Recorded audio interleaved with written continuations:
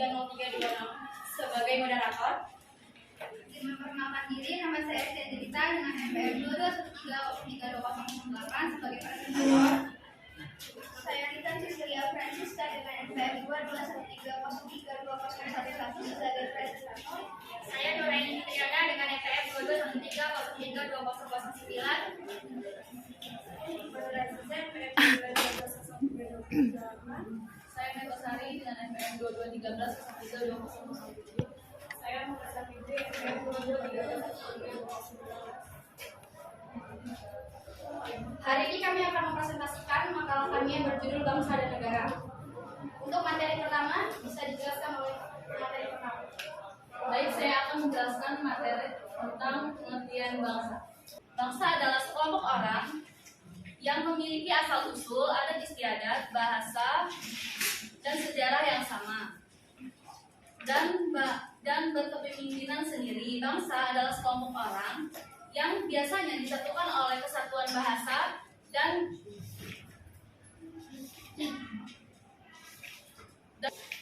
wilayah tertentu di bumi. Terima kasih Meta atas penjelasannya. Untuk materi selanjutnya materi kedua. Di sini saya sebagai presentator kedua akan mendefinisikan pengertian negara. Menurut Kamus Besar Bahasa Indonesia, pengertian negara dibagi menjadi dua. Yang pertama, negara adalah suatu organisasi yang memiliki tingkat kekuasaan tertinggi dan ditaati oleh masyarakat. Yang kedua, negara adalah suatu kelompok sosial di bawah organisasi, lembaga, partai politik, dan juga pemerintahan yang berdaulat. Selain itu, pengertian negara juga didefinisikan oleh beberapa ahli, seperti Roger yang menyatakan bahwa pengertian negara adalah alat untuk mengatur persoalan-persoalan bersama masyarakat. Kemudian Max Weber yang mengatakan bahwa negara adalah suatu masyarakat yang memiliki hak monopoli dalam penggunaan kekuasaan fisik secara sah di dalam suatu wilayah. Terima kasih. Terima kasih penjelasannya, Rizky. Untuk materi selanjutnya akan dibacakan oleh kita sendiri. Selanjutnya adalah unsur-unsur terbentuknya negara. Jadi unsur-unsur terbentuknya negara itu terbagi menjadi 4. Yang pertama, wilayah. Yang kedua, rakyat. Yang ketiga, pemerintah yang berdaulat. Dan yang keempat adalah pengakuan dari negara lain. Untuk wilayah itu terbagi menjadi 2. Yang pertama, wilayah daratan dan lautan. Rakyat adalah kumpulan manusia yang hidup bersama dalam suatu masyarakat penghuni suatu negara. Meskipun mereka ini mungkin berasal dari keturunan dan memiliki kepercayaan yang berbeda. Yang ketiga adalah pemerintahan yang berdaulat. Dalam arti luas, pemerintah adalah gabungan dari semua badan kenegaraan, yaitu eksekutif, legislatif, dan yudikatif yang berkuasa pemerintah di wilayah suatu negara. Dan yang keempat adalah pengakuan dari negara lain. Pengakuan oleh negara lain didasarkan pada hukum internasional. Pengakuan itu bersifat deklaratif atau evidenter, bukan konstitusi. Baik. Terima kasih penjelasannya. Kita untuk materi selanjutnya akan dibacakan oleh Fitri. Baik, selanjutnya yaitu bentuk negara Indonesia. Negara Indonesia merupakan bentuk negara kesatuan. Negara kesatuan yaitu bentuk negara yang sederhana tetapi menghasilkan negara yang berdaulat baik dalam atau luar. Terdapat beberapa ciri-ciri negara kesatuan, yaitu terdapat pemerintah pusat yang memiliki kedaulatan baik ke dalam atau keluar. Yang kedua yaitu terdapat suatu undang-undang dasar yang berlaku di seluruh wilayah negara. Dan yang ketiga yaitu terdapat satu kepala daerah kepemerintahan. Dan yang terakhir yaitu terdapat suatu badan rakyat pemerintah. Negara kesatuan adalah sudah dianut oleh Indonesia sejak proklamasi kemerdekaan Indonesia tanggal 17 Agustus 1945. Negara kesatuan adalah bentuk negara yang sifatnya tunggal dan tidak tersusun atau terbagi dari beberapa negara yang memiliki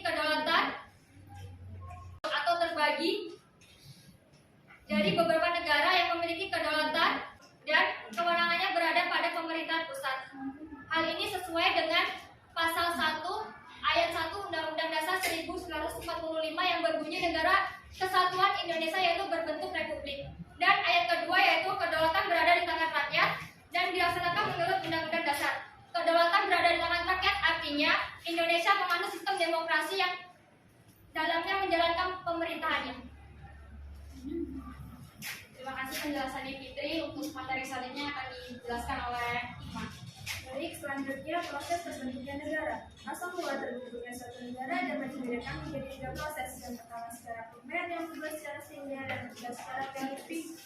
Yang pertama secara primer, terjadinya diawali dengan adanya keluarga yang memenuhi kekuasaan masing-masing. Adapun tahapannya yaitu persekutuan masyarakat atau suku, kerajaan, negara, dan negara demokrasi. Yang kedua, secara sekunder, terjadinya suatu negara lebih pada pendekatan nyata atau kenyataan. Terdapat macam-macam asal mula terjadinya negara sekunder yaitu proklamasi, separatis, invasion, sesi, fusi, aktivase, dan penduduk atas wilayah yang belum ada pemerintah sebelumnya. Yang ketiga, secara teoritis. Terdapat beberapa teori tentang terbentuknya negara, yaitu teori tentang sosial, teori kekuatan, teori ketuhanan, teori historis, kedaulatan hukum. Terima kasih penjelasannya Hikmah. Untuk materi terakhir akan dijelaskan oleh Baik, materi terakhir yaitu proses terbentuknya negara Indonesia. Proses terbentuknya bangsa dan negara Indonesia melalui suatu proses yang cukup panjang. Sejak masa sebelum bangsa asing menjajah Indonesia seperti masa kejayaan Kerajaan Kutai, Sriwijaya, Majapahit, dan kerajaan-kerajaan lainnya. Kemudian datanglah bangsa asing ke Indonesia, maka bangsa Indonesia saat itu bertekad untuk membentuk suatu persekutuan yang disebut bangsa. Sebagai unsur pokok negara melalui Sumpah Pemuda pada tanggal 28 Oktober 1928. Prinsip-prinsip negara Indonesia dapat dikaji melalui makna yang terkandung dalam pembukaan Undang-Undang Dasar 1945. Kita dapat mempelajari serta menelaah dokumen kenegaraan Indonesia. Di antaranya adalah pembukaan Undang-Undang Dasar 1945, terutama pada alinea 1 sampai 3. Yang dapat dijelaskan sebagai berikut. Alinea 1 menjelaskan tentang latar belakang terbentuknya negara dan bangsa Indonesia. Alinea 3 menjelaskan tentang kedudukan kodrat manusia Indonesia sebagai bangsa yang religius. Baik, sekian penjelasan dari kami. Jika ada yang ingin ditanyakan, kami persilakan. Dari materi yang sudah dijelaskan tadi mengenai bangsa dan negara, saya ingin bertanya, apa sih bedanya antara bangsa dan negara? Sekian, terima kasih. Baik, sebelumnya izin memperkenalkan diri. Saya Aisyah Cilinggrup, NPM 22133024. Seperti yang sudah dijelaskan oleh rekan Nur tadi, bahwasanya kedaulatan berada di tangan rakyat. Itu kan tinggi. Terus sambutannya dengan yang sudah dijelaskan tadi itu, mengapa bisa hakikat negara itu bersifat memaksa dalam materi ini. Terima kasih. Baik, sebelumnya izin memperkenalkan diri. Saya Feni Sundari dengan NPM 2133032. Izin bertanya, menjelaskan maksud dari konsep dasar wilayah kelautan. Terima kasih. Terima kasih untuk teman-teman semua pertanyaannya. Disilakan kami untuk menjawabnya. Silakan untuk peserta menjawab pertanyaan dari Rosia. Pertanyaannya, apa bedanya bangsa dan negara? Jawabannya, perbedaan negara merupakan suatu organisasi besar yang teratur, sementara bangsa hanya sekumpulan masyarakat. Negara memiliki legitimasi dalam mengatur dan memaksa masyarakat, sementara bangsa tidak. Apakah ada yang mau menambahkan? Ya.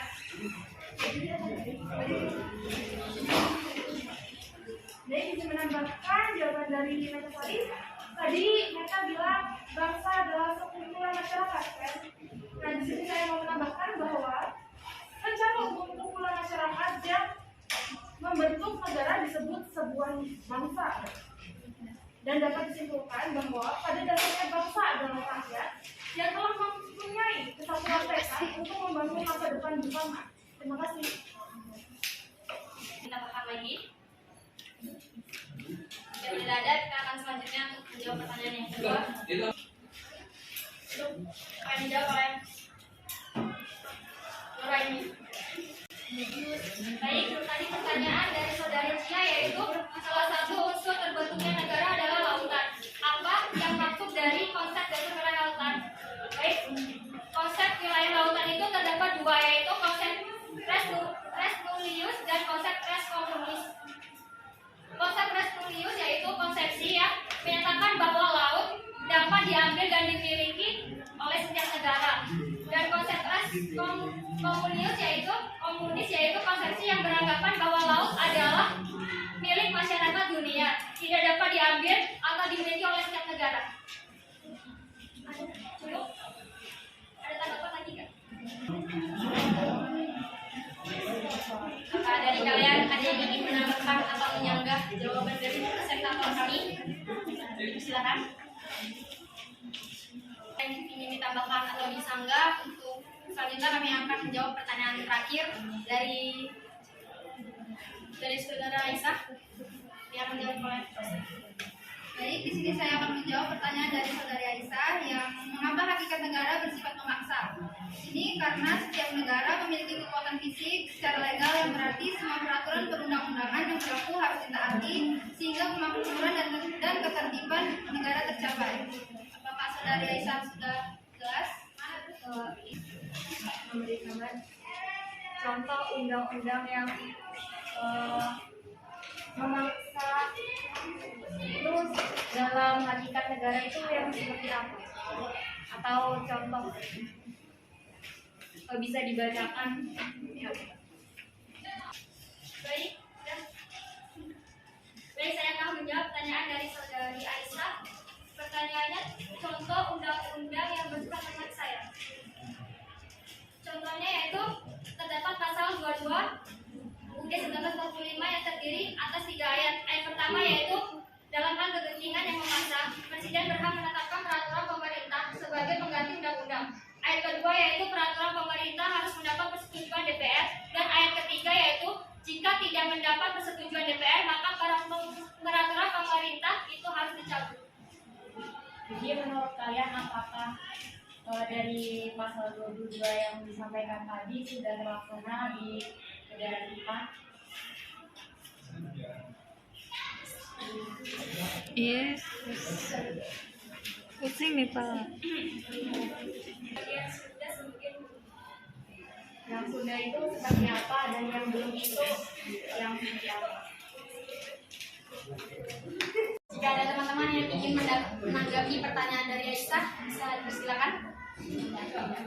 Menanggapi pertanyaan dari Aisyah tadi, bahwasannya ada yang terlaksana dan belum terlaksana. Kita ambil saja contoh dari anak anggota Ditjen Pajak RI yang sekarang ini.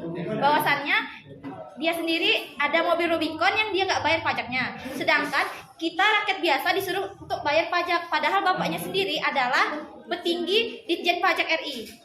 Itu adalah salah satu contohnya menurut saya. Itu contohnya. Ya kan anaknya nggak bayar pajak, sedangkan bapaknya itu petinggi pajak. Nah, sedangkan kita rakyat kecil harus membayar pajak. Pertanyaannya itu dari pasal itu yang sudah terlaksana apa dan yang belum terlaksana apa? Ya itu yang terlaksana kan kita sebagai Dan itu warga dari negara. pasal berapa? Pasal yang disebutin tadi 22 ayat. Ayat berapa? 22 ayat 22 apa tadi? 22 ayat 1. Ayat 1 dan 2 dan 3. Ada 3 Di antara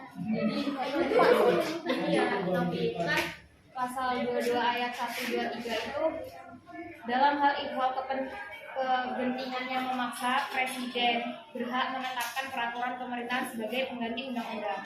Yang kedua yaitu peraturan pemerintah itu harus mendapat persetujuan Dewan Perwakilan Rakyat. Yang ketiga, jika tidak mendapat persetujuan. Nah, pasal 1, 2, 3 ini menurut saya kurang cocok untuk disampaikan dari masalah yang aku jelaskan tadi. Terus tadi rekan Nur Hayati kan pasal 1, 2, 3 ini sudah terlaksana apa belum? Beliau itu menjawab ada yang sudah, ada yang belum. Nah, dari pasal 1, 2, 3 ini yang sudah terlaksana itu yang mana dan yang belum yang mana? Terima kasih. Izin menambahkan lagi, dari yang sudah saya jelaskan tadi, ternyata itu masuk ke dalam pasal 23A yang berbunyi pajak dan pungutan lain bersifat memaksa dan keperluan negara diatur oleh undang-undang. Jadi bukan yang dijelaskan Nuraini tadi. Dia masuknya ke pasal 23A. Sekian, terima kasih. Iya.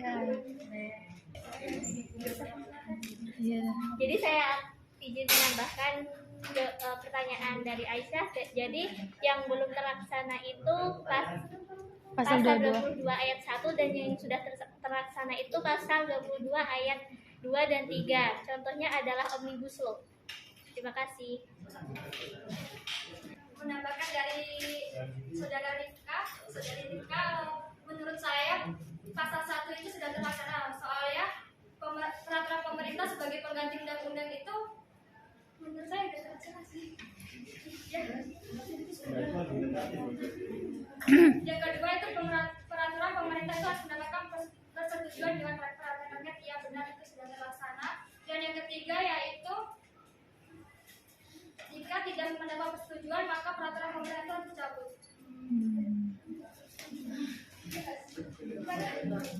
Belum sih. Itu kalau menurut saya itu belum pasal 3. Udah. Bagaimana saudara Aisyah? Jadi bisa disimpulkan tadi kalau dari sudut pandang yang berbeda bahwasanya jawabannya juga berbeda. Kalau dari saudara Rinka yang belum terlaksana itu pasal 1, kalau dari saudara pemateri itu yang belum terlaksana pasal 3. Jawabannya subjektif. Udah. Terima kasih. Sekian pembahasan dari kami. Dapat disimpulkan bahwa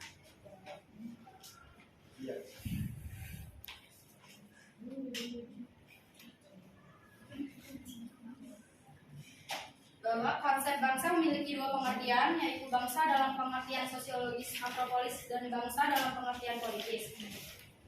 Negara adalah suatu wilayah di permukaan bumi yang kekuasaannya baik politik, militer, ekonomi, sosial maupun budayanya diatur oleh pemerintahan yang berada di wilayah tersebut. Secara umum dalam konsep teori modern dan negara terbagi ke dalam dua bentuk, negara kesatuan dan negara serikat.